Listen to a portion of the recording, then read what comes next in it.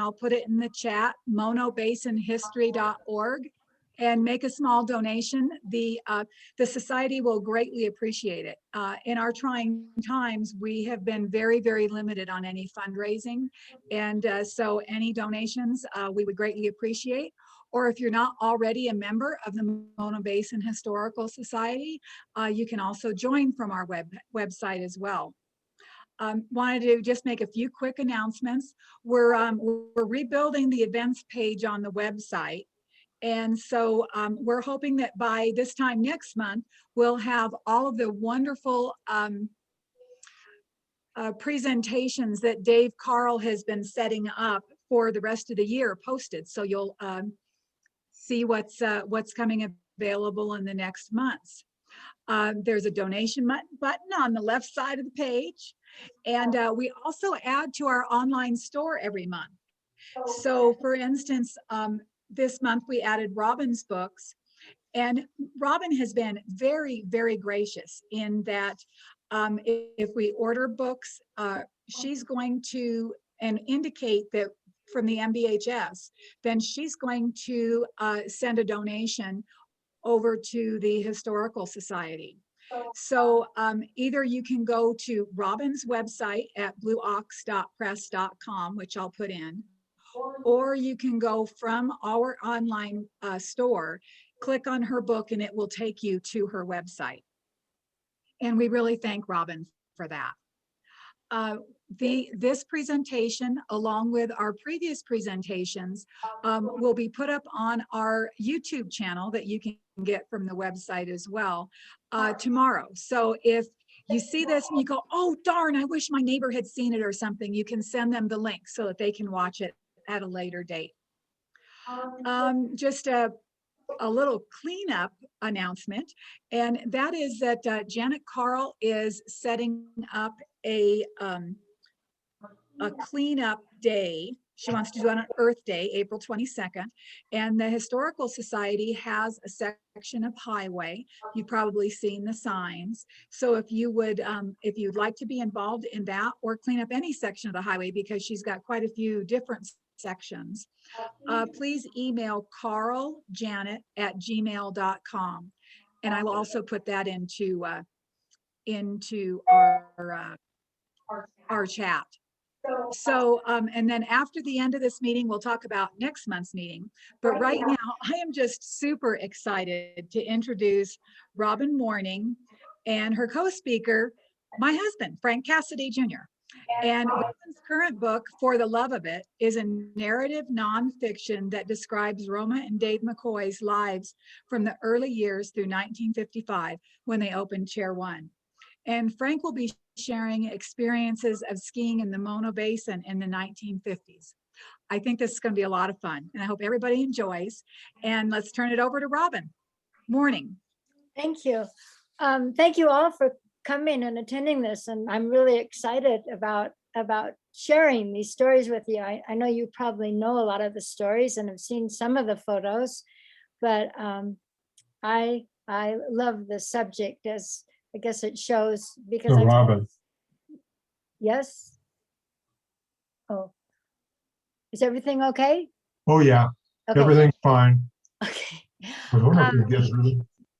So the title that we're using tonight, what tonight started was to help support the book For the Love of It that I just finished this year. But really, once you start talking about that story, it's so big and there's so many facets to it. And I spent years putting these stories into the Tracks of Passion and For the Love of It, that in trying to organize the slideshow, I just decided I was going to jump from one topic to another, and I wasn't going to be able to cover everything. But as I was deciding that, I met Frank Cassidy. We'd never known each other. And Frank is the heart and the soul of what these Eastern Sierra stories are about. And when he sees the slide, I know he has so many images in his mind of things that I'll never know, because this was his experience. And so I've asked him to interrupt me at any time and share his thoughts. So, and he is the one, when I first met him, he kept saying, what a way to grow up. What a way to grow up. I go, okay, Frank, this is our title. And now I need to share screen. Well, yes, and please excuse my IT weaknesses, and I don't know why it's not going in.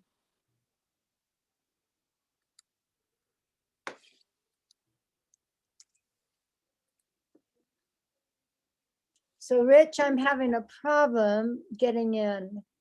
It's wanting a password. So you are. Okay, did I do it? I did it. Yes, you're in charge now. Okay. Let's You're the see. boss. I'm the boss. Yes. Slideshow, play from start. Okay, so here we are. And before I get into all the story, I'd like to thank several people. One, of course, is Dave and Roma McCoy for just how wonderful they are. Frank and Robin Cassidy, Frank for what you'll see, all that he's sharing his knowledge, and Robin has been amazing helping me with the details, and I want to hire her to be my secretary and take care of my life and keep it organized. David Carl. Oh, I forgot about Frank Cassidy before I go down to, yeah. So Frank, this is Frank in action. And Frank, you want to tell that little story about your kids? Well, I guess there's a controversy over whether that's stark terror up there or exertion. I think it's stark terror. I prefer exertion. But anyway, it just shows you really after you spring at the end of the jump, that's exertion. No fear there. Well, you sure look good to me. That looks great. Do these images cover up the words gold mine in the sky? Is that being covered up for the audience? No, it looks good. No, it's right there. Okay, so Frank is also an author, and he wrote the book Gold Mine in the Sky, A Personal History of the Log Cabin There it is. Log Cabin Mine. And there's the cover of the book. You can buy that at Mono Basin Historical Society website. And I took the prerogative of putting a picture of myself in here because I wanted to be like Frank jumping that jump. So that was, that's what people that organize the slideshow get to do. Here's a picture of Robin and Frank. It looks like you're up at Bodie. Where is it? Is it at Bodie? No, that's the log cabin mine, Robin. Yeah. Oh, Yeah, it's a little bit debilitated, but it's still, it's still there, thankfully. So that is us. where is that mine exactly? Where is it? Yeah. Well, if you stand in Levining or in Tygel Lodge and look straight up, it's right up about 3,000 feet straight up. I know where that is. Okay. Way up there. Wow. All right. Next summer. I'd like to thank David Carl. David's the reason that I was invited to put on this presentation. And I thank you so much for making those plans, David. And you see, I've written here, davidcarlbooks.com. David is prolific, amazingly. And he has, I think at least 16 books he's written. Here's one that he's won international book awards for. And his website has all his books listed out. But thank you, David. And then Chris Litza, who it's kind of been my sidekick and part of this journey, because when I was working on Tracks of Passion and For the Love of It for over 10 years, well, around 10 years on and off for Tracks of Passion. And then almost 5 years on For the Love of It. I am a little slow, I must say, but I work diligently. And Chris took over the whole project at one point and worked for about a year on gathering information, doing incredible research that eventually was woven into what I'm doing. But then I came back to Mammoth after being gone for a while, and Chris threw everything back at me, everything he'd found, and said, "You do it, Robin," right, Chris? Can you unmute, Chris? Are you there? Yeah, and you've done a much better job than I could have ever done. No way. Well, you are more academic than I am, but so Chris, I just can't thank you enough. This photograph of him was taken by another historian, Bill Henry, who did research all about all the places along the old Crowley Lake Road, the old 395. And his daughter took this photo of Chris at last year's Thank You Dave event after David passed away, and people got together to honor him. Such a good picture of Chris, isn't it? Happiness Skiing. So this is a copy of Tracks of Passion, and that was my first book. This is a coffee table book that has approximately 1,000 images, historical images and anecdotes and essays. And it's just, it's a wonderful book. People, I'm so proud of this, so happy about it, that it's, and it happened because of Dave's support to make it happen. But I felt pretty confident when I was working on this book that it would be a success. I mean, just in terms of that people would enjoy it. But when I went to work on, there's Kristen. Is Kristen here? I hope. I'll go back to that photo and talk about Kristen.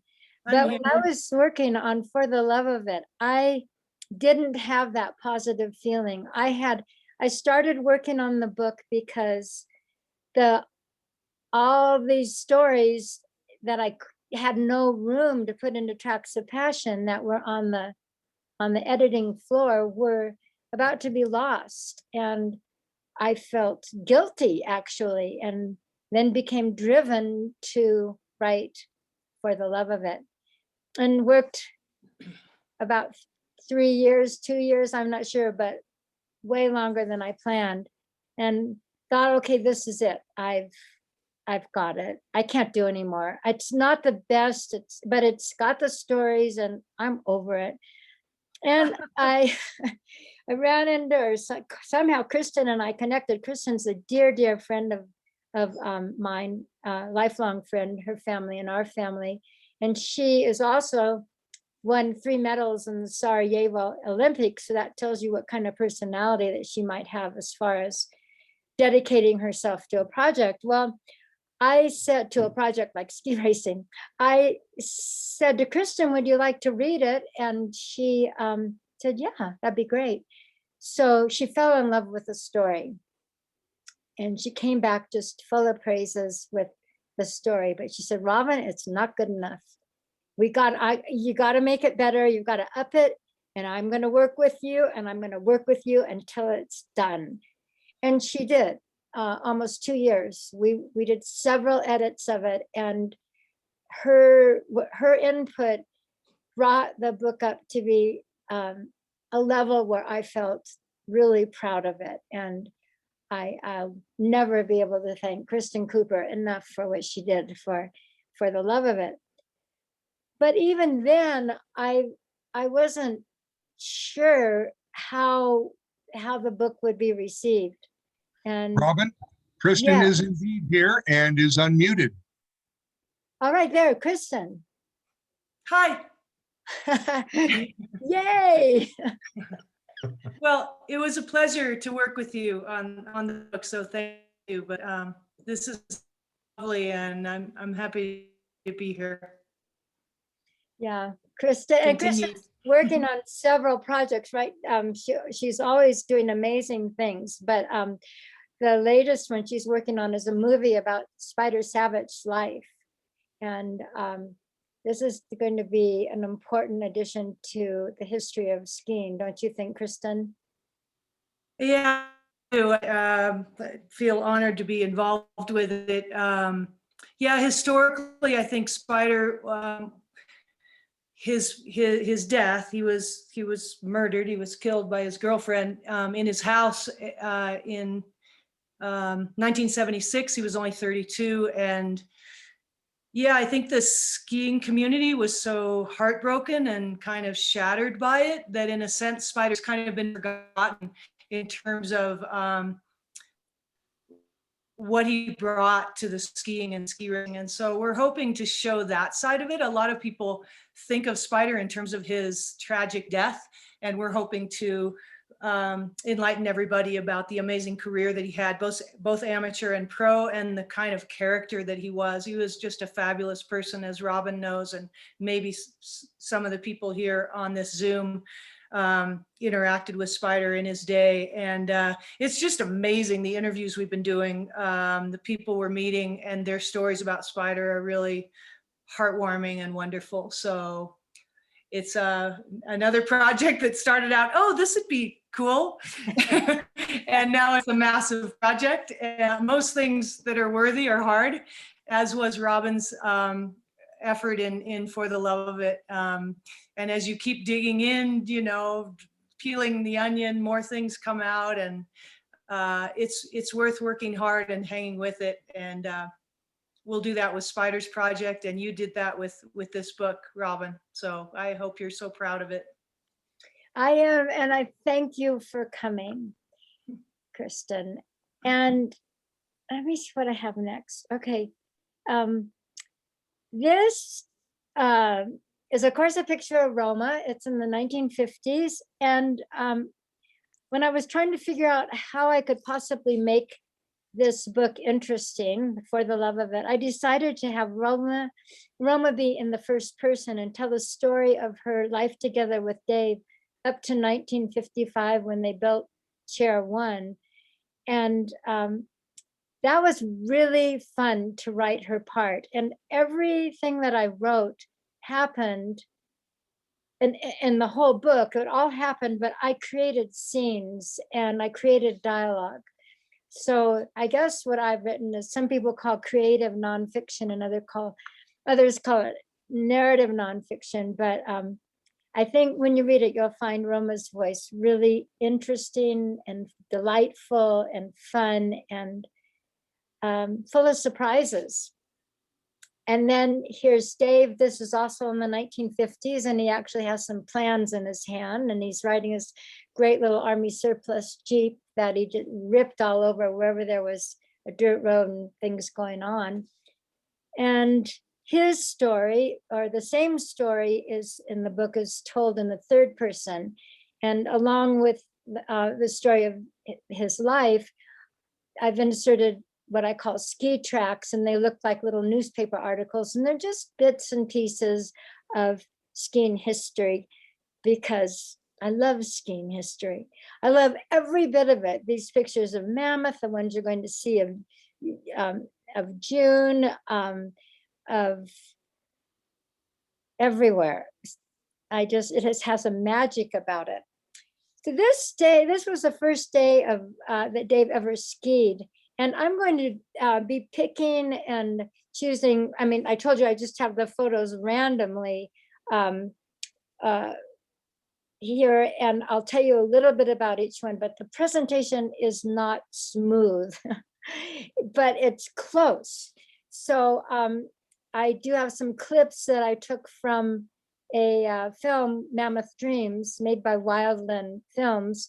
And they used as a basis for the film, they used the research that I put together for Tracks of Passion. It's really a beautiful film, and I want to thank Wildland Films for that. And so if you don't have a copy of it, you can see it on YouTube, Mammoth Dreams. But this was actually Dave's first day of skiing. He was living up in Washington in a coal mine, not in the coal mine, but a coal mine complex with his grandparents. And when he had some Scandinavian background friends who were going to teach him how to ski, and kind of said, okay, first lesson, follow me. And So he skied a few times with these, he made his skis in this at his high school and copying his friend's skis. And then there were some people there up at, I guess it's near Crystal Mountain where they were skiing, and they built some jumps. So he went off one jump and another jump, and the third jump, he just kept trying to go further and further, and he took a terrible crash and he ripped these pants. And these are called tin pants. They're like a Cathart pant that's really heavy duty. And he said, oh, my grandmother's going to be furious at me because, you know, they didn't live with very much money, but well, I might as well keep jumping. And he took off and kept jumping. So here's a clip about. Prior to going to Independence, I had learned how to ski, and I made my own skis, and that's why I really love this country, because of the snow. So after he finished high school in Washington, he came back to Independence, where he had visited as a when he was about 12 years old. And in no time at all, he built another pair of skis and gotten this ski club. I can't say that he was responsible for building this independent ski club, which you see in the photo, but I know he was a main part of it. And he and 3 other guys started fiddling around building rope tows. And this is Dave sitting right here. So that's the Independent Ski Club. Well, simultaneously, a group of people out of Bishop started the Eastern Sierra Ski Club and invited all the different people from all up and down the Eastern Sierra to be part of this. They'd keep their own individual ski clubs, but they would be part of a larger body that could accomplish more things. And this was kind of a heartbeat of the skiing. So Dave met a guy in Independence where he was living, and the guy had a motorcycles, and Dave and Bob Vincent was his name. They spent hours and days motorcycling up and down Highway 395, and Dave felt a sense of freedom that he'd never known if only he had a motorcycle. So he saved his money, started out buying this one, and he put a rack on it for 2 pair of skis, 2 pair of poles, and he would get in 2 sets of fishing gear as well. And you can see up here, he painted a dragon, and he told me about these lights being 3 different colors, which I don't think was quite legal, but that's how he got up and down the valley.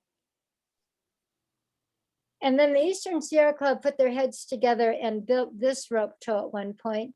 This is Mcgee Mountain. And the rope tow, if you are driving, I don't know why it does this.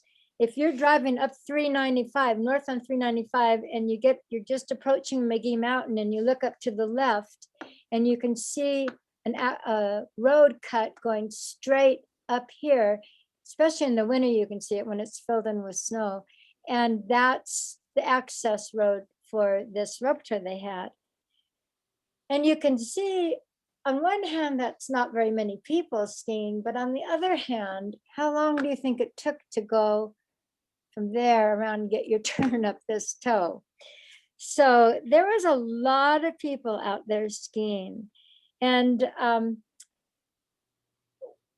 I kind of skipped over Cordy Hill, who was part of the Northern Pacific Railroad Air, one of them, and who got very involved in Eastern Sierra skiing and built a overhead cable tow on Mcgee Mountain, and then in another spot later on. But Chris Litza actually went and found part of the remnants and rescued them. So Chris, can you say anything about that tow?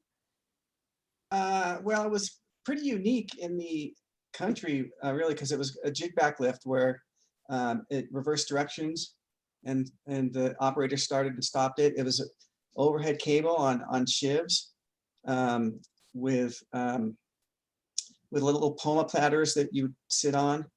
And it was built in Jack Northrup's of Northrop Engineering's yard down in Southern California.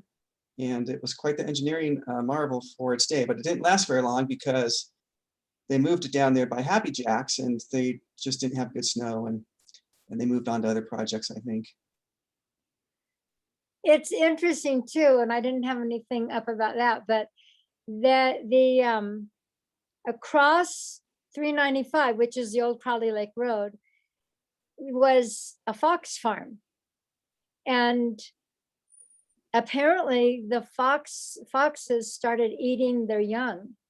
And the people that owned the fox farm blamed that on all the action with the skiers. So that was when Cordy had his toe set up there. So he had the toe dismantled and moved it down to the Little Round Valley.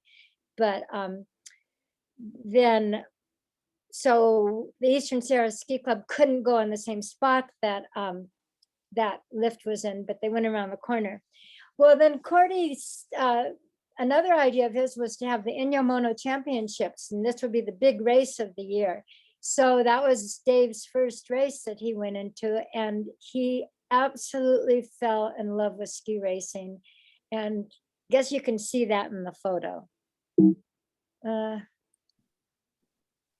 But because he was working as a hydrographer, he ended up doing a lot of approaches on different parts of the Eastern Sierra, and they had stations where they would go and do their different measurements. And there was one up on on the way to the summit at Mammoth. This is all Mammoth. Well, of course, you all know that, but this is Mammoth.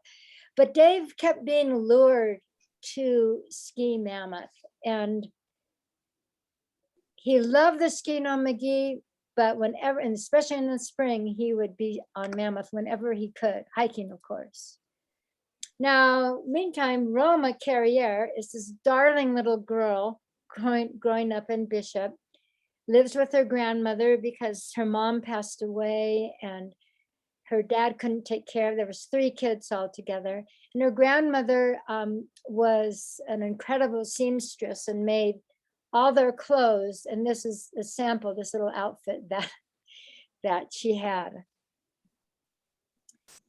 When Dave and Roma started dating, he taught her how to ski, and this is pretty early in their relationship. This is probably 1938.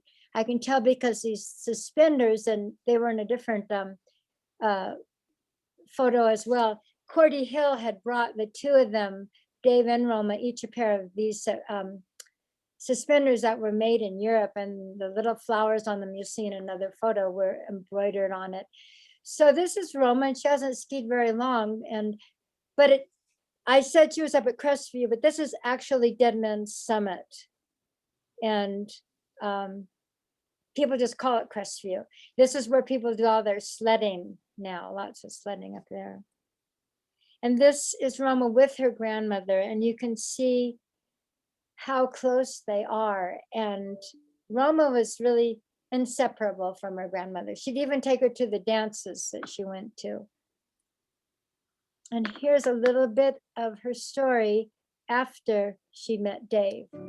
I loved every part of my life with him, and especially when he started introducing me to new things like the outdoors and the backcountry and fishing and hiking and skiing. The newlyweds spend every free moment together outdoors. Dave challenged his new bride to come ski with him on Mammoth. We would hike up there to go skiing, and when we got almost to the top, it was so steep that my knees would be hitting my face, and I was having a hard time with my skis, so he would always take my skis on the last part of it. They just got cut off. Yeah, that cornice was wicked to climb. We did it some in the summertime when there was a little less snow than there was in that photo. But okay. I loved every. So in 1938, Dave took Roma on his motorcycle for a day trip to Virginia City. And this is a photograph they had taken when they were up there in Virginia City. And I think I should have probably used this as the cover photo because it probably would have sold thousands of books. It's just an irresistible photograph. But they didn't have any skis on, and it was a skiing book. So anyway, were driving back that night in the middle of the night back down to Bishop, and did have a motorcycle accident, which was pretty amazing that they survived it. But when you read For the Love of It, you'll hear bunches of these stories described, right, Kristen? Yeah. Okay, so Mono Ski Club was formed about the same time that Inyo, the Eastern Sierra Ski Club, was formed.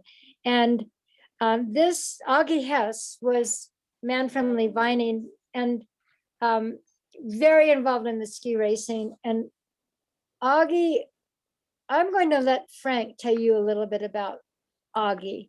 I just want to show you something.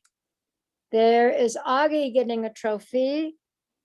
There is Dave getting a trophy. Frank, what can you tell us about Augie?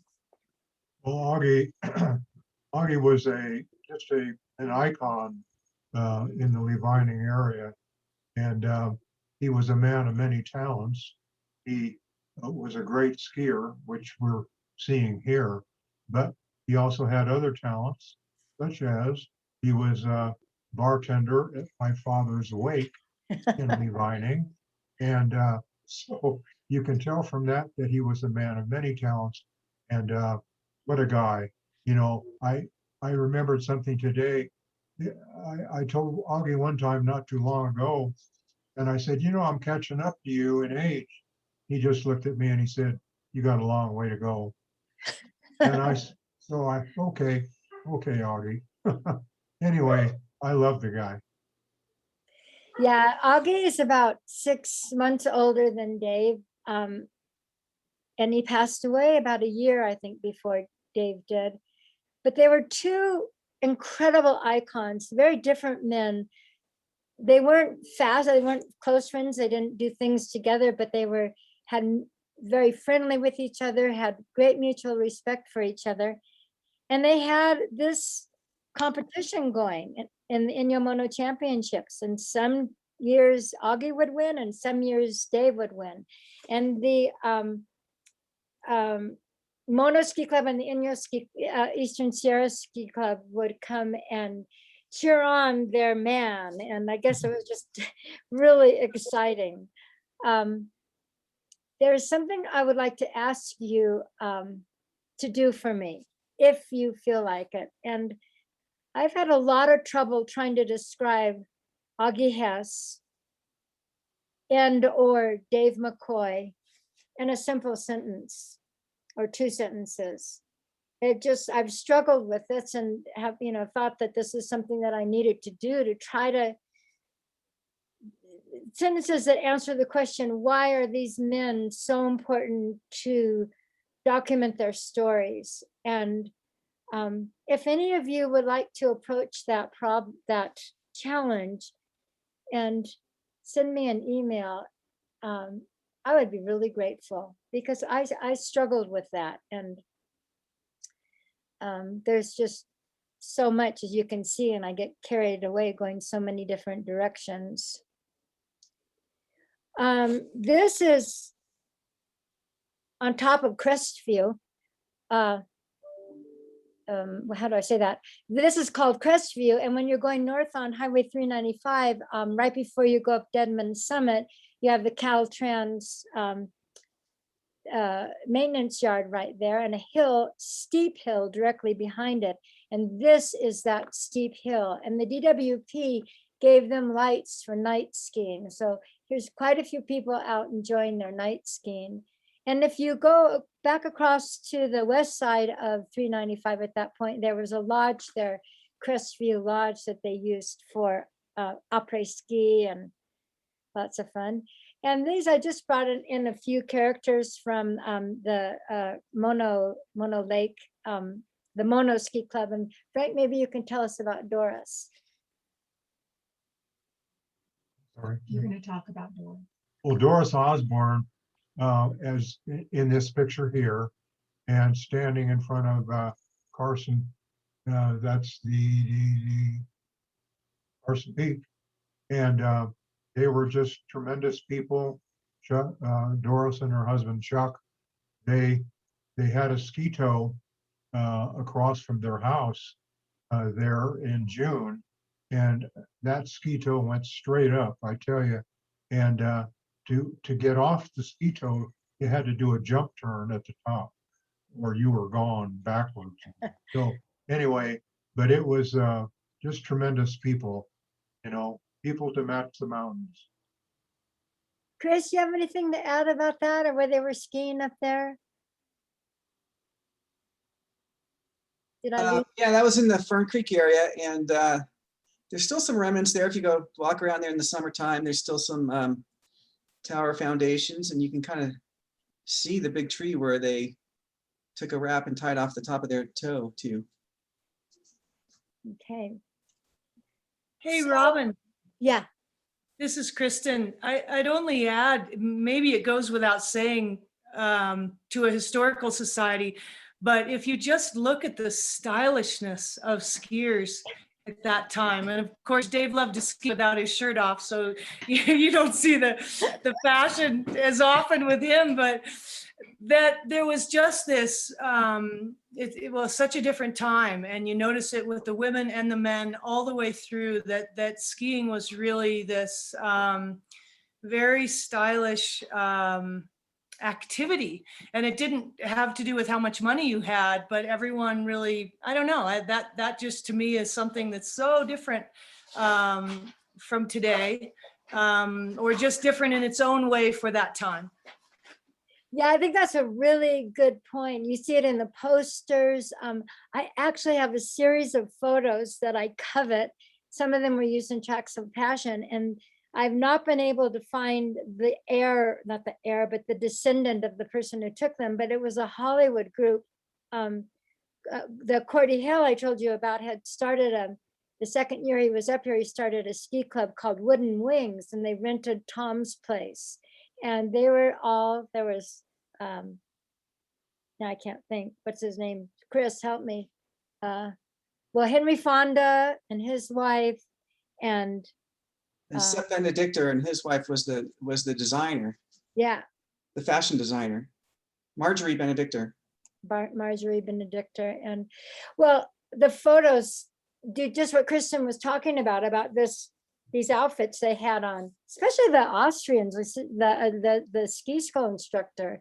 He was really, another thing that brings up is knitting. I think there's a good chance she made that sweater, and it's a bit intricate how she's done it. But you'll find with Roma became way involved in knitting as well, which actually turned out, and knitting ski sweaters, which actually turned to be out something to relax her. And okay, this is Walt Dombrowski, and this is, I think that's Augie, and this is one of his brothers. But Walt apparently was quite responsible for a lot of the things that went on with skiing. Can you fill in the gaps with that, Chris, or anybody else? And did you know much about Walt? I did. I knew Walt when he was an older individual, and visited him in his house on, I believe it was Lower Rush Creek, and just a tremendous gentleman. And he was quite a ways ahead of me in time, but I really loved visiting with him. I don't know if, can you hear me? Yeah, right. Walt was a county supervisor for a time, and he had a ranch and a house down at the Delta at the mouth of Rush Creek, of course, when Mono Lake was full. And he built some hunting ponds there to attract waterfowl for hunting. So yeah, quite a story in Mono County. David, I forgot to mention that David helped Augie get all of his story down. David, can you tell us a little bit about your book with Augie? Well, it's really Augie's book with me a little bit. I helped build it. It's his story, and his family's pictures and his daughters, Vanessa and Heidi Hess, really helped gather all the material. And Augie had given talks for years. You know, he lived a century, and he had all these talks written down. So it really helped to create a book. We just took those and turned them into a storyline in the book. Yeah, it's fantastic. Okay, let's go on from there. Now, Barry Mcpherson is here, I understand. I saw. Barry, can you recognize this? Yes, I've seen that poster before and the map. My Notice, grandmother, Benita Mcpherson, was quite a promoter, and she was really promoting her resort, Mono Inn, as being attractive for many, many reasons. And one of them was skiing, and my dad had a rope tow up on Conway Summit, going towards the west. And I've got some great movies that Jack Preston took up there. Actually, a whole bunch of movies that Jack Preston took. McGee Creek, Fern Creek area, Haunts George's area.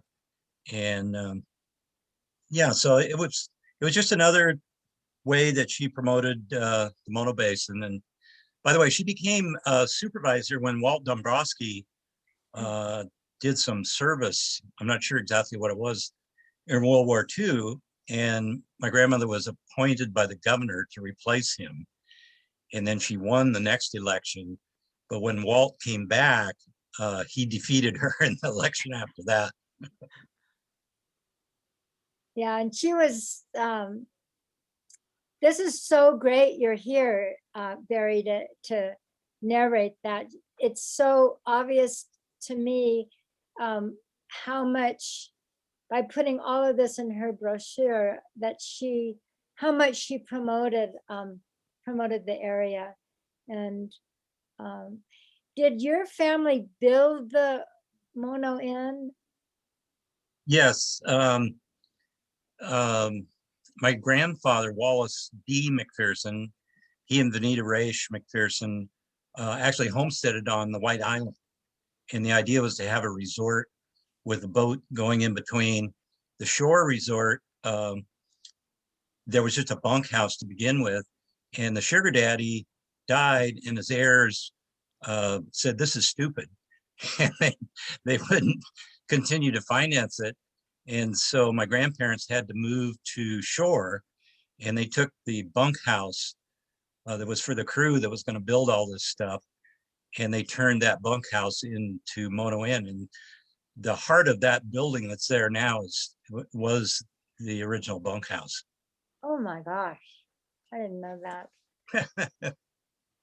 I think there's some big projects ahead for people to put together all the films with narration. We better do it before we all die, because we're getting older, but old. I mean, I forgot to mention Dave was 104 when he passed away, and Augie was just before, he was 104 as well, right? Just before his birthday.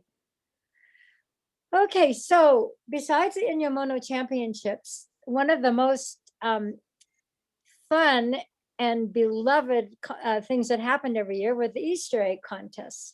So this is probably about 1938. And Frank, you want to tell us something about those beautiful women? And oh, the Easter egg hunt was not just costumes and not just finding eggs, but they had a barrel stave race. As you can see, they have these barrel staves strapped on their feet. And they were described to me as more like tackle football runs. But Frank, jump in there. Well, I tell you, I never expected to see Augie Hess in a dress. I did not, but he was great in a dress, just like he was great in other apparel that he wore. And I think this is Cliff Banna, isn't it? Or Yeah, Donnie? Cliff. Anyway, it's great to see them there. And I'll tell you, there was a lot of memories, not necessarily in the dress, but with Augie and Cliff. And so it's great. This is unbelievable history. I love it. Yeah, I like another event I forgot to mention was the Carson Peak, the race up Carson Peak. Chris, can you give a little description of that? Yeah, that was the Flying Skis. It was one of the great down mountain races in the country, along with the Inferno and then the one at Tuckerman's Ravine. But they only held it, I think, a couple of years. And that was right before the war. And Cliff Bana won it one year. And they hiked up to the top of Carson Peak. They used Forest Service radios for timing. And there's a lot of stories about those races. Yeah, and Cliff has had a huge trophy that was awarded for that I saw once. Okay, so this is one of the years. There's Dave and Roma in their hula outfits, and that's pre-war. I think this one's post-war, and I don't have her name right at hand, but I guess that people worked pretty hard on their costumes. This is Bob Autry, one of the guys that on the Bishop ski team. I don't know her name, and that's Bobby Cooper, that same blonde guy that was in the, well, maybe, no, you didn't see him yet. That was okay, there's Dave and Roma. And Roma said that she'd forgotten a costume or didn't have a costume or something, and some friends of theirs went in the back of their car and pulled out a first aid kit and wrapped her up. And anyway, it's a little different than the hula skirt. So this is Mcgee Mountain, and that cliff, that overhead cable lift that Cordy Hill had built, I'm not quite sure where it went, but Chris, I'm thinking it went right there. Does that seem like it? The overhead cable one? Yeah, I don't think it's in this picture, but I'm not sure exactly where the first iteration was, but it was somewhere right in there. Yeah, somewhere there. And but when Dave, after the war, he really wanted to, he'd broken his leg, he couldn't serve in the war, and he really wanted to do something for the war effort, and he felt he could offer skiing to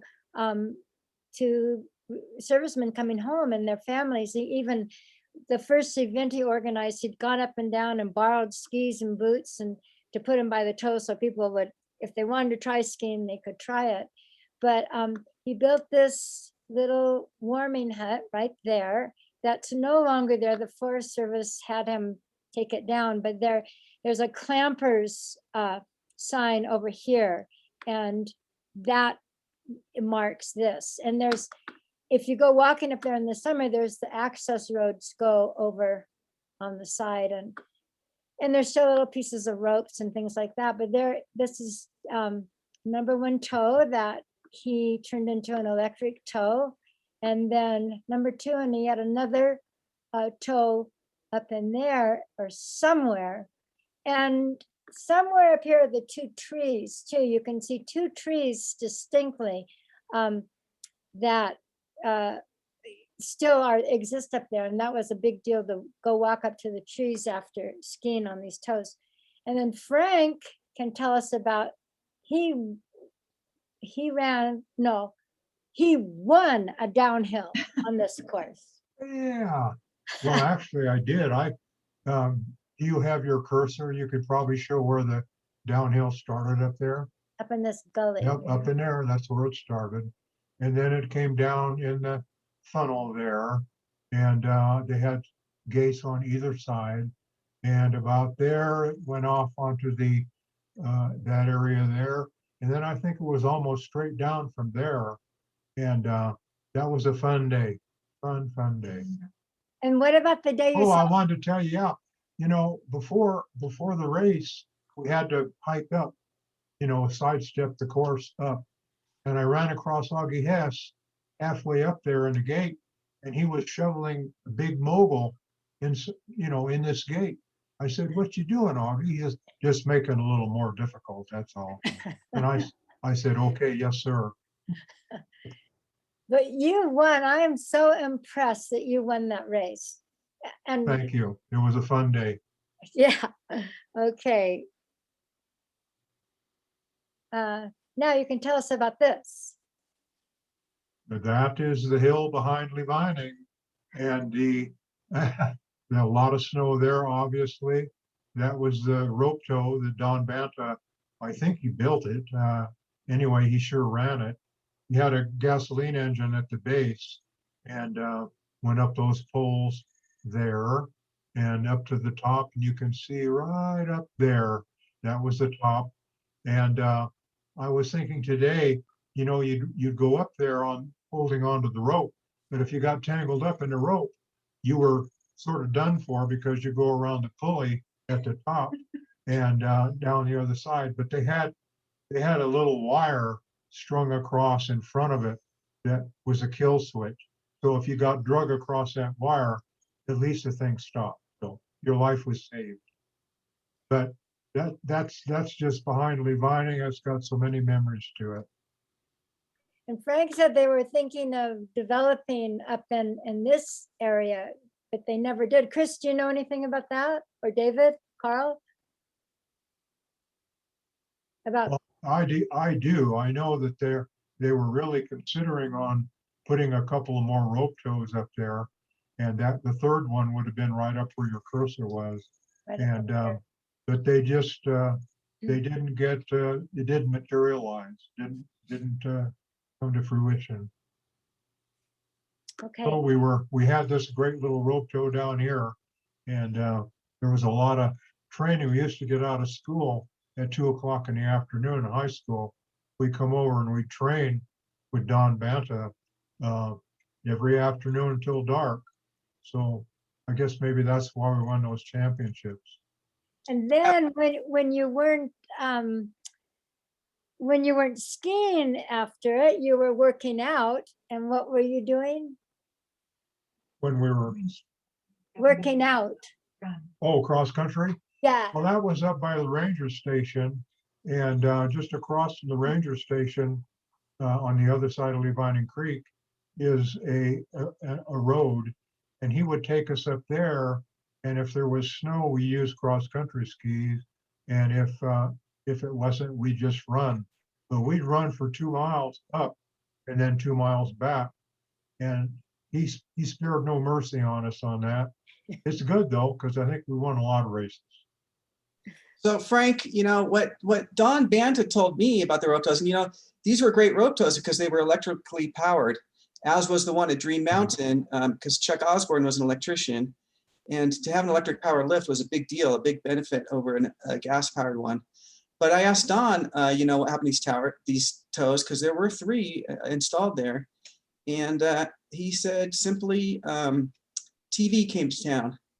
And that's what ended skiing after school. Oh, Yeah. that hurts. Yeah. Yeah, I guess that Yeah. was right. Yeah. Yeah, Dave mentioned something like that. Okay, because of time, we'll scoot on a little further. Oh yeah, I think this is a really great picture, because if you look here, you can see nice treeless slopes. And you can understand when you see this photograph why somebody looking to build a ski area would want treeless slopes that get snow that's near the highway. But Mammoth and Broadway didn't look all the time like it does now. It looks so open, and all those trees that had to be cut, all the woods that were cut, were started out, Dave and his friend Don Redmond used an axe. And then Dave, there's a big ravine down Broadway over on the left looking up, and they drag the limbs and stack them in there and burn them to try to, you know, fill it, take care of the debris, but also fill in the hole. And then Dave reunited with his father, who he hadn't seen for many, many years. And his father was a logger up in the Quincy area. And when he heard what Dave was doing, he said, well, you know, son, you can borrow my chainsaw. And Dave would drive up to Quincy 5 or 6 hours, however long it takes, pick up the chainsaw Friday night, go back down, work all weekend with the saw, and then take it back Sunday night and come back Monday morning for his hydrographer's job. And then on this one birthday, right, I don't know the time period exactly, his dad gave him a chainsaw for his present, for his birthday present. I think this might be the chainsaw. And Dave said he'd never, ever received such a wonderful gift as that chainsaw. So now here we are, Frank. This is, you take over here. All right, well, that picture there is, we are standing by the rope tow in Levining. And I am onto the right there, that is me. And onto the left is my buddy, Steve Odell. He and I were real good friends. Dick Miller, I believe, is down there on the snow. But, you know, a little story about the two of us, Steve and myself. The bigger kids, you know, in the country, you grow up a little different than you do in the city. And so every day after school, the big kids would make Steve and I fight. They draw a ring, you know, in the dirt. And the person that cried the most was the loser. Okay. And that went on day after day. That was growing up in the country. That was instead of watching television. Yeah. Okay. Keep going, Frank. Okay. Well, there's a Levining High School ski team. And we did win our share of prizes, as you can see. Do you want me to name those people off? Sure, we'll do that quick. Okay, starting from the left is Donnie Hetz. Then that is Ron Donnelly to the right there. And then the next person is Jim Blessing. Next person is our C. Gerald Hasty, the principal of the high school. Barry Blaver Jr. is below there. There is that Goonie guy right there. That would be me. Coach Don Bata above there. Gus White to the right. And Mickey Miller to the right. That was the team, except for Johnny Murphy that seemed to evade all the pictures. He was never in there. I don't understand that. But anyway, he was our top slalom skier anyway. And tell us about the sweaters. Oh, The sweaters. oh, right. Well, you know, Don Banner went to Bishop and saw these beautiful blue and white sweaters that the Bishop High School ski team had. Yeah, And black they and came- white. I'm sorry. They were black and white. Black and white. Oh, black and white. Yeah, I make that mistake every time, don't I? Anyway, they were black and white. So he came back to the town and sort of described to the townspeople how these great sweaters were. And the ladies all got together and they did knit those red and white sweaters for us.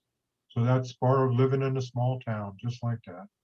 That is so cool. And all the trophies. And somebody told me once, I was in a cross country race and I'm not very fast. And I did pretty good. I mean, I worked hard and they didn't have a trophy for me because they couldn't afford it or something like that. And I mean, this is as an adult. And I complained and wrote a letter and everything because I love trophies. And I probably learned that from Dave. He loved trophies. And you see this as you go on. But anyway, that's so cool that everybody's trophies are put in together for that. It was. So here's the Bishop, the high school team. The racing back in those days was really, in California, was about school racing. The Sierra Nevada Interscholastic Championships, I believe. And so these guys, so you can see on their sweaters, they have Bishop put in there. And I think Levining didn't fit on the Levining sweaters, but this is Dayton McDonald and Bobby Cooper and Beth Gehrig and Bobby Autry and Eddie Riley and Charlotte Zumpstein and Don Coons. And this is Aim Morehart, who actually did all the organization for of this whole interscholastic event. And then he asked Dave to help coach the kids. Well, of course. Okay, this is some films that Frank's father took. I think this is his video. Wait, I can't let this happen. I've got to start this over because we have a flourish to it that cannot be.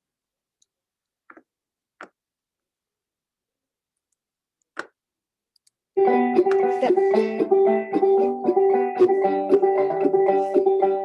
this is the hill behind Levining, ski hill. There's Don Banta, with Banta, and you can see we had quite a bit of snow. Here comes some guy, I don't know, I think I know him. Anyway, he's on the rope tow, and I don't know, he stopped.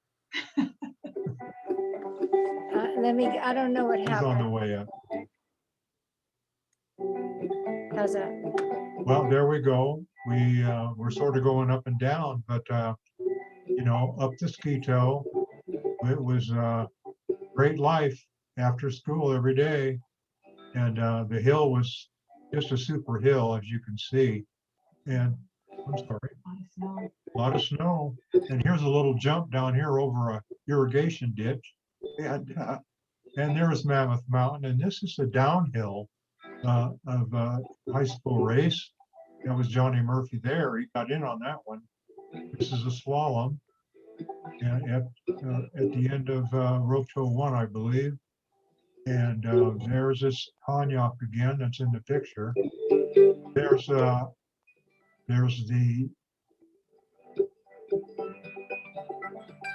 this is a jump at Dead Man. And the idea is when you get to the takeoff, you have to spring like that. And that gives you a lot more distance. And the jumps were anywhere between 70 and 100 feet.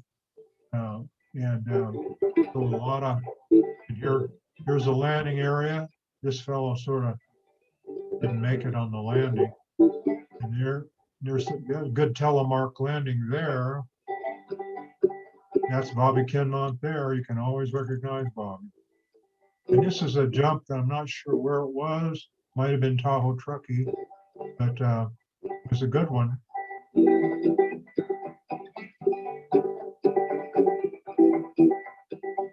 There's Don Banta waxing us for our cross-country race.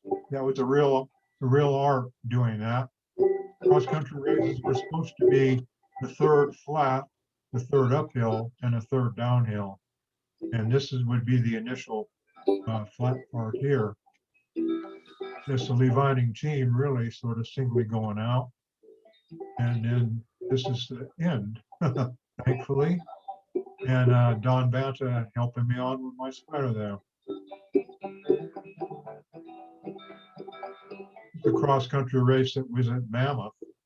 This was the end, and you can just see the warming hat, I believe, in the background. And I think we got a little bit tired on those cross-country races. And here's some of the races. The guys from Reno always were dressed out. You know, they looked great. We were a little tired after that. There's Cliff Banta there.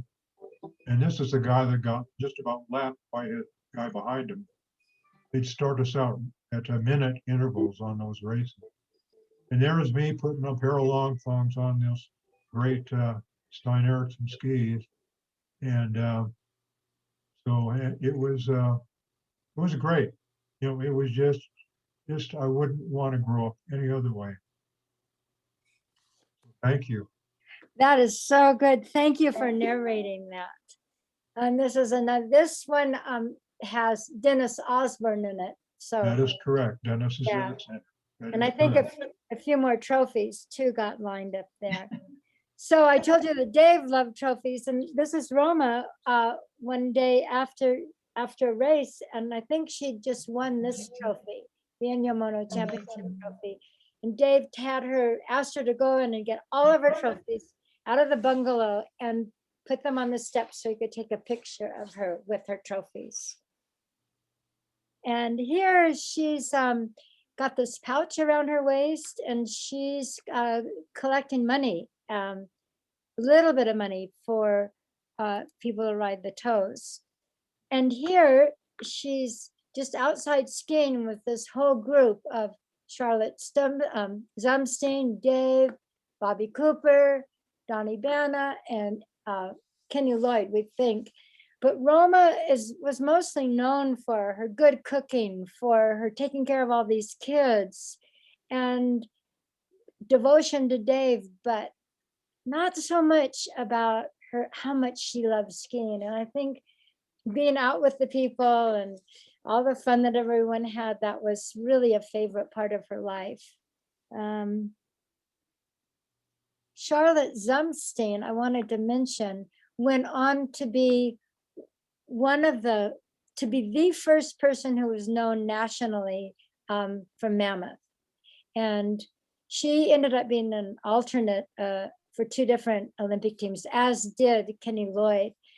But Roma, when Charlotte and Roma would race against each other here in Mono Championships, they were a little bit like Augie and Dave. Roma would beat Charlotte sometimes, and Charlotte, she might have beaten Roma a little more often, but Roma was holding her own with some of the top racers in the country. That's a picture of spring skiing, Mammoth Mountain. Doesn't get any better, except for running courses.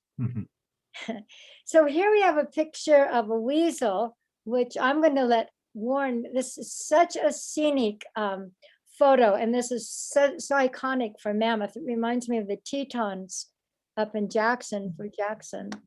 But let's listen to Warren Miller tell you about weasels. Dave knew that if skiers couldn't drive into where he had set up the rope tows, he would have to find another way to get them there. The end of World War II provided him with a unique solution. Imagine a Humvee without wheels, turned upside down, and that's a weasel. It has a set of tracks like a Caterpillar tractor. It's a World War II 10th Mountain Division vehicle. In deep snow, it was designed so that the bottom of it would actually slide on the snow. And I think there was a time when Dave bought some of them in the $100 range at surplus, because there wasn't a big, who wants a weasel, for God's sakes? What do I want a weasel for? The weasels were used for only one thing, and that was to get the people from the parking lot where the snow got so deep that Dave couldn't plow it out.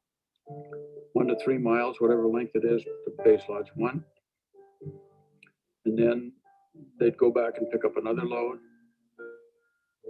Yeah, we would seat 20, I think, on the weasel and have a rope 1/4 of a mile long sometimes, towing the people behind. This is Roma. I just wanted to point it out. And they were singing and all these great songs and having fun. Dave provides the playground and the place where people can find freedom. We all had skis, we all had gravity, and every one of us was equal. And I think that Dave, in his infinite wisdom, leveled the playing field for all socioeconomic groups. Because somebody can come up working in a Century City high-rise as a hotshot $500 an hour attorney. That doesn't make him turn his skis any better than somebody that's living in the parking lot in the back of their car.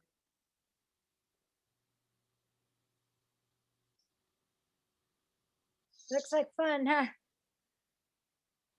Okay, so once they were married, shortly after they were married, Dave got the job as the hydrographer at the Crowley Lake Dam, and they moved into these little bungalows that were houses that were right above the dam. And Roma started having babies, and here she is with Gary, her oldest, her firstborn. This is Poncho in her arms right there.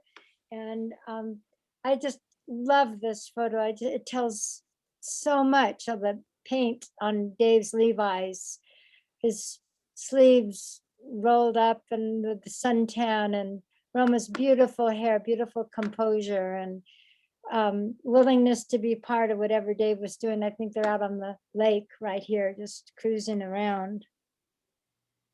And Dave supplied a lot of their food from hunting and fishing.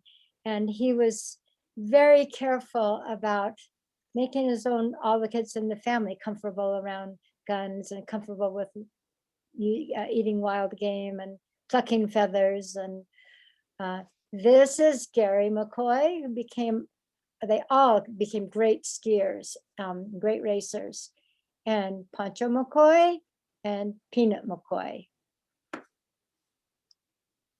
Okay. When when the Forest Service finally put out that they wanted to develop Mammoth, Dave tried to get the contract to be the developer, but couldn't qualify until nobody else would do it. And after 3 years went by and nobody came up to put an offer on the prospectus, they gave it to Dave. And Dave realized that he was not able to work as a hydrographer full-time and run rope tows and build a chairlift on Mammoth all at the same time. So he took a leave of absence from his job as the hydrographer and moved the family into the house that he had built on Mcgee. And so this is where they're sitting right now. I love the little bare feet. And here's Peanut, Kenny, Gary, Pancho, Candy, and Randy, all 6 kids.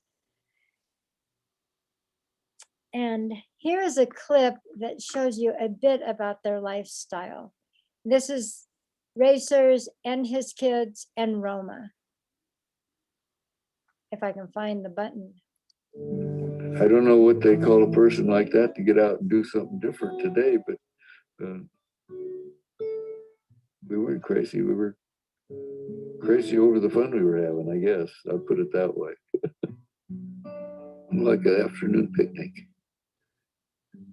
Before TV, before radios, really, when families were families and families got together and enjoyed themselves. That's what skiing was. It was just a picnic for everybody and get out and get a slope and try to ski on it. So funny, Dave loved to have people follow him. Always, when I was racing for him, the same thing. I don't know. Here is the warming hut, the first year that it was built. And the reason you can tell is all these components are open. So he stored firewood there. By that summer, he closed that off and he built a few bedrooms down there so people could live. Some of his employees could live there. And he hadn't finished the handrail. How nice that looks. By this time, Dave was really more and more involved with Mammoth. And this iconic photograph was taken by Warren Miller. And the story that Warren told me was that it was Thanksgiving, and I have the date, but I can't remember it. I have to look up everything, any bit of knowledge I found here, because I can't remember what I found. But in the 50s, early 50s, and Warren asked Dave if he would ski for him. So they went out and Dave's in his regular outfit, his white t-shirt and black pants, no gloves. No, he's got little gloves on. So Warren got his camera ready, had Dave standing up above him and started to shoot, and he's out of film. So he had a still life camera around his neck and he grabbed that and pulled it up, and because he'd set the scene already to have Dave come skiing by, and captured that. And there you are. So Dave, being a coach, just went on and on year after year after year that he loved it. And here on this team, it's a little bit later on, they're in Sun Valley wearing the Farmer Ski Association shirts. And Sun Valley was the American Legion races that happened in the spring, and they were called the Western State Championships. And they were they were magical. Here's Bobby Kenmont. Now I can't remember, Frank, who did we decide? Johnny Murphy there. Yeah, Johnny Murphy. Mm-hmm. And Louis Fellows next. That's Yep. Kenny Lloyd. Louis Fellows.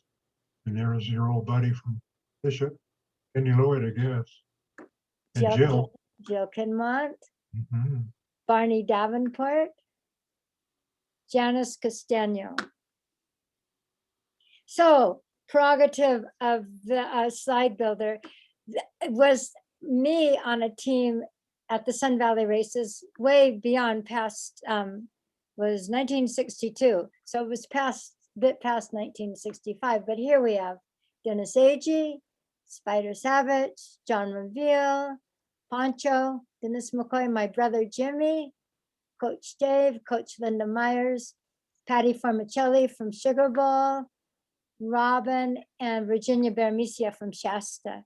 This is all the Sun Valley area down there. And we were just in heaven. So excuse me for being so bold as to jump ahead completely out of time, but I thought you might enjoy two things. One, doesn't matter which shots we look at, if they're Frank going down on the Fern Lake Toe, or we're up here at Sun Valley, or the people on skiing on Mammoth and going cross country, the feeling is all there. It's like you look at these people and you know what they're feeling like because you feel it too. You don't even have to explain it. And the other thing that comes up for me when I was putting this together is Dave had an incredible ability to bring people together as a team. And you see it with the racing, you see it with building Mammoth and building the chairlift. And to me, that feeling of being part of a team is one of the most valuable things that I carried out of ski racing and out of Dave McCoy's influence. And I mean, not that I didn't have it elsewhere, but I think working as a team together is a gift. Okay. Here is Mammoth from a different angle. I've had too many good days by now. And I found myself so frequently on the backside and the north side of the mountain with a little rope tow and 200 or 300 people, and we were doing okay. So Dave was, once he got the contract, he had promised to have it ready by the fall of 1955, ready for the 55, 56 ski season, but he didn't have much equipment. And this is like the perfect example of what he was dealing with. He's got this old Army surplus truck. I think he had 3 of those. You can see they're well taken care of. Broken windshield that doesn't even have a windshield. And he built a fuel holder, a place where you could have 3 of the tanks filled with water, racks to carry cement. He divided up the area behind in the bed for sand and for heavier materials. And then this was a portable cement mixer that they turn it one way, shovel in the supplies, and Dave monitored always the thickness, the strength of it, then turn it around and pour it out down here where they wanted to pour it out. And that was, but you had to get this trail up to the tower, the steep rocky towers or the top of the mountain. And that's great story in itself, how that went about. And so those footings and the amount of cement and rebar they had to put in was like down about 12 or 14 feet or 12 feet deep. And that's one of the top towers. And this was the counterweight tower here. And they assembled the counterweight tower on the ground and then had to figure out how to get it up using the amount of equipment that he had. So here's another one of those old Army surplus trucks. And he had a welder and Bishop add this A-frame to it that they could also add a telephone pole and extend it a little bit higher. But that was his crane. And then on this photo, there's a line that goes out here and a line that goes out over there to one of the different bulldozers that he had. And they pulled this up in one try and seated it all in one try. And there were some guys holding guide ropes off of it, and he had a winch going along the bottom. And if they hadn't have made it, I think somebody could have gotten really hurt. but I don't think it ever entered Dave's mind that he wasn't going to make it.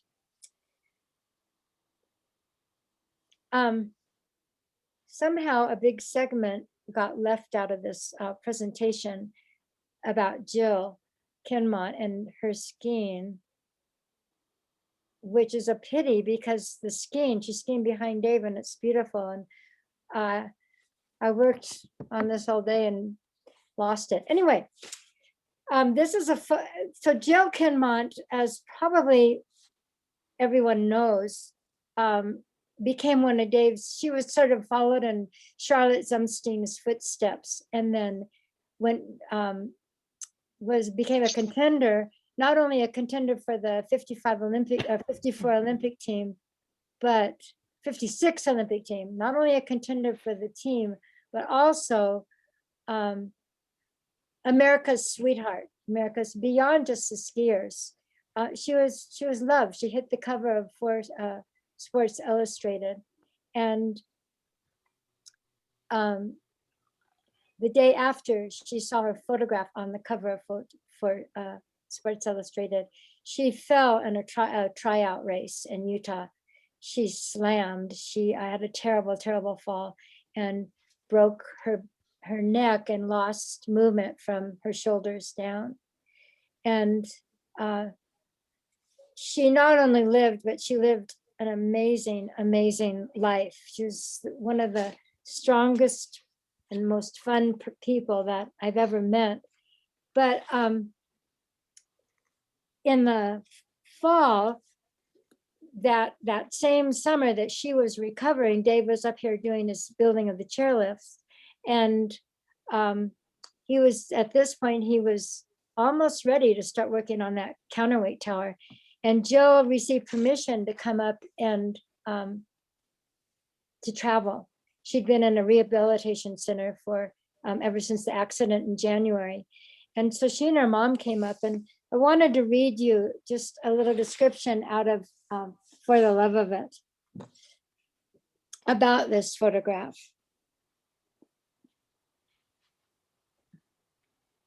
Once at the upper terminal, Dave carried Jill to the ridge above Gravy Chute, where the top tower stood. From there, she could see down the chairlift line and take in the entire panorama of Long Valley. She studied the landscape with pleasure and enjoyed the light breeze as it softly waved her curls. Closing her eyes, she breathed in the scent of mountain air and absorbed the sun on her face, soaking up all she loved about Mammoth. When Jill opened her eyes, she looked up at the chairlift tower, felt its heavy presence, and then said softly, "You've really done good, Pa. I'm proud of you." Dave shook his head in astonishment and replied, "Now let's get this straight. Who's proud of who? You're the one who's always teaching me about life." Jill turned her head to meet Dave's eyes.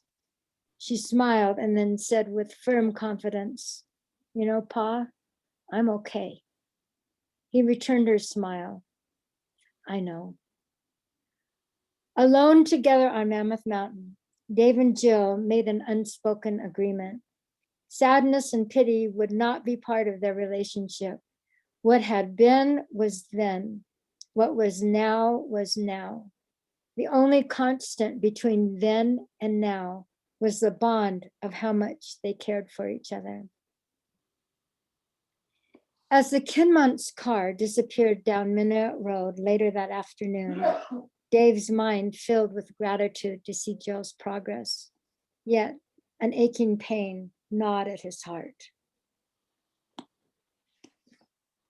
So I am sorry I don't have that one clip, but I do have a little bit that will. On opening day, this is the people waiting to get on the chairlift. And that's a whole story in itself. But I do have this in Jill. When Chair 1 was finally completed and they had the big opening or whatever, I remember lots of people being there. And Roma and I rode up on the first chair. Dave was really excited. that it was finally completed, that what he put a lot of time and effort and heart and soul into was finally finished. It was just a big happy day.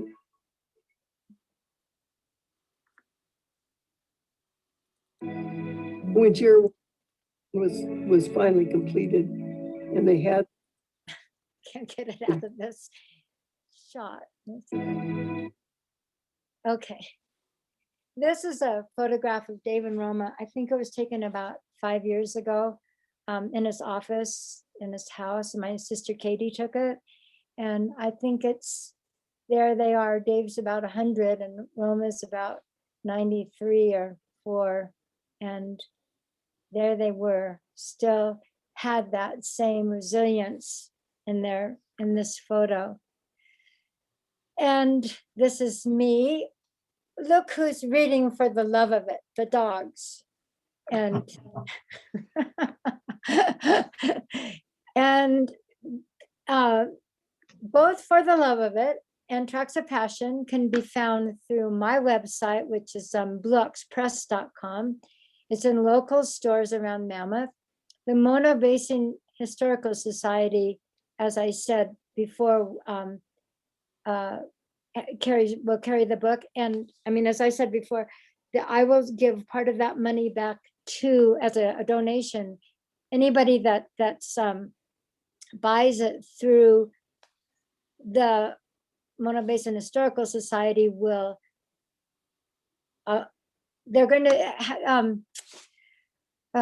Robin, how is that going to work? Oh, when you're redirected to Robin's site, what's really nice about ordering the books from bluoxpress.com is Robin signs the books. And if you want them signed to a particular person, she's got a place in there that you can put a little note of what you would like. And in that note section, if you just put MBHS, that'll indicate it to Robin. Okay. That sound good, Robin? That sounds great. Okay. So thank you very much for, it's so weird. I'm turning to the audience, but it's an empty room. Let me turn back this way. Thank you so much for coming. I hope you enjoyed that. Hope you found some new things you hadn't seen, and all of you that helped make this happen. Well, Robin, we have greatly, this has been an awesome presentation. We really, really appreciate you taking the time to share all of this information with us. I did want to go through the chat, and the challenge that you said to try to explain Augie and Dave in a sentence or two, Chris Litza put in, and I think it's awesome. They both just did whatever needed to be done without thinking too much about it or themselves. Yeah, Chris. Hey, could I say something? Yeah. Could I say something? When you were wondering what sort of tied Augie and Dave together as icons, the word to me came honor. I think honor was the main ingredient. That's really good. That is, thank you. It sure is. That is so we've just got a couple of other comments. Cliff Banta's trophy is in the History Museum. Dave Carl wanted us all to know. And can you describe where the History Museum is for those who don't know? Absolutely. The History Museum is, everybody knows where the monocone is. And so you turn where the monocone is, and the History Museum is in Gus Hess Park on Matley Avenue. And it's in the old schoolhouse building.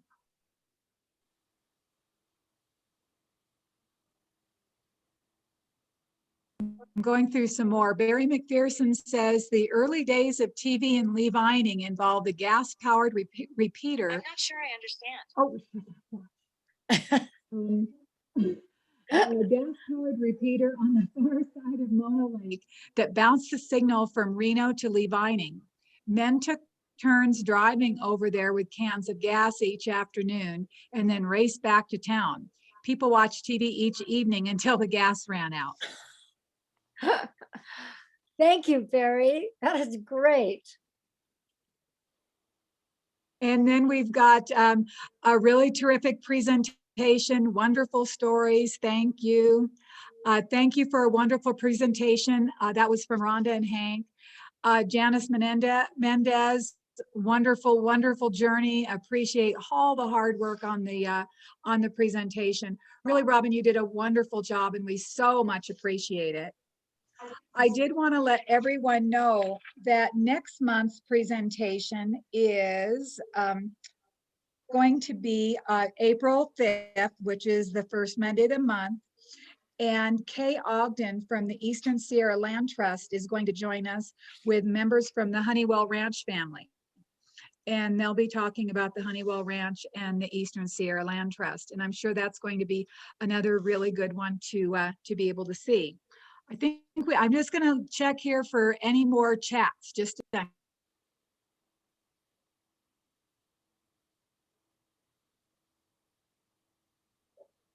Okay, the rest of the chats are just thank you so much. I saw a name that flashed by. Yeah, I'd like to add my thanks, Robin Morning and Robin Cassidy. But thank you so much for taking us on that journey that you did. It was a lot of work and just beautifully done. Thank you so much. Well, thank you, Frank. The audience, I'm sure, is applauding you for what they saw and how much you added to the life. You brought the heart and soul and the life of the person who experienced it. And Robin, the organization. And I was going to say something else, but I can't remember. Well, that happens to us nowadays. Oh, really? Well, again, thank you, everyone. Thank you. Thank you. And we'll see you, hope to see you all next month. Yeah. Great. And we will have this presentation up on our website, on our YouTube channel tomorrow. And then if you enjoyed the presentation and you feel like you can donate a little bit, we would sure appreciate it. And that's also on our website, Mono Basin History.org. Almost messed that one up.